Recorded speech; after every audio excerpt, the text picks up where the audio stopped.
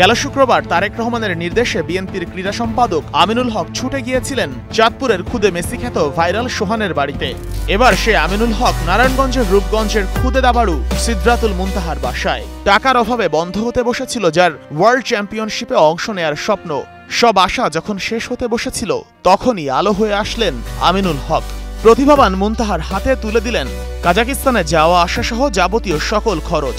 অর্থের যে অভাবে কাজাকিস্তান যাওয়ার যেই রাস্তাটি ওর বন্ধ হয়ে গিয়েছিল, আজকে আমি মনে করি যে ওর যে প্লেন ফেয়ার থেকে শুরু করে যাবতীয় যে খরচের যে প্রয়োজন রয়েছে সেটা আমাদের মাননীয় ভারপ্রাপ্ত চেয়ারম্যান জনাব তারেক রহমানের পক্ষ থেকে আমরা এই মুনতাহার পাশে আমরা দাঁড়িয়েছি। সপ্তম শ্রেণীতে পড়ুয়া মুনতাহার জন্য দিনটা স্বপ্নের চেয়ে বেশি সুন্দর।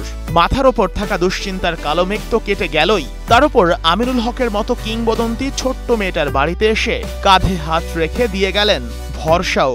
গুড লাক আমু, ভালো করে খেলো ইনশাআল্লাহ, আমরা আছি তোমার পাশে ইনশাআল্লাহ, থাকবো সব সময়। 18 সেপ্টেম্বর কাজাকিস্তানে দাবার ফিদে ওয়ার্ল্ড টুর্নামেন্ট অনুষ্ঠিত হবে। সেই টুর্নামেন্টে বাংলাদেশের প্রতিনিধিত্ব করবেন মুনতাহা। বিমান ভাড়া সহ থাকা খাওয়া নিয়ে খরচটা অনেক, যা বহন করা তার পরিবারের জন্য প্রায় অসম্ভব। সৃষ্টিকর্তার দিকে তাকিয়ে থাকা ছাড়া আর কোনো উপায় ছিল না। তবে সব সমস্যার সমাধান হয়ে যাওয়ায় আবেগ ছুঁয়ে গেছে ছোট্ট মেয়েটাকে। প্রায় প্রতিদিনই আল্লাহর কাছে দোয়া করেছি যে আমার এই টুর্নামেন্টে যাওয়ার স্বপ্নটি যেন হাতছাড়া না হয়। আল্লাহ আমার দোয়া কবুল করে দিয়েছেন এবং তিনি এবং তারেক রহমান আঙ্কেল আমার যাওয়ার ব্যবস্থাটি করে দিয়েছেন। মুনতাহার নিভু নিভু আশার মশাল আবারও যারা জ্বালিয়ে দিয়েছেন নতুন করে, তাদের কাছে কৃতজ্ঞ ছোট্ট মেয়েটি এবার এগিয়ে যেতে চান নতুন উদ্যমে। আমরা সবসময় তাকে টিভিতে দেখেছি অন্য অন্য মানুষদের পাশে দাঁড়াতে এবং অন্য অন্য খেলোয়াড়দের সাহায্য করতে। উনি যে আমার এই বাসায় এসেছে এমন, এটা আমার কাছে স্বপ্নের মতো লাগছে।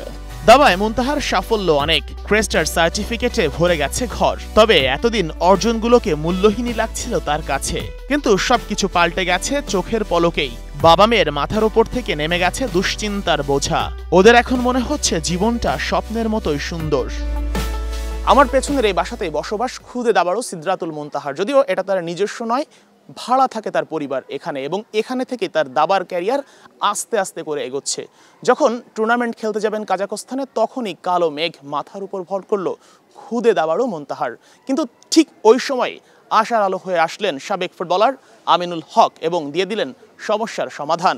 এখন মুনতাহার কাছে প্রত্যাশা, টুর্নামেন্টে গিয়ে ভালো করবেন তিনি, মুখ উজ্জ্বল করবেন গোটা বাংলাদেশের। Sheikh Ashiq, star news, Narayanganj.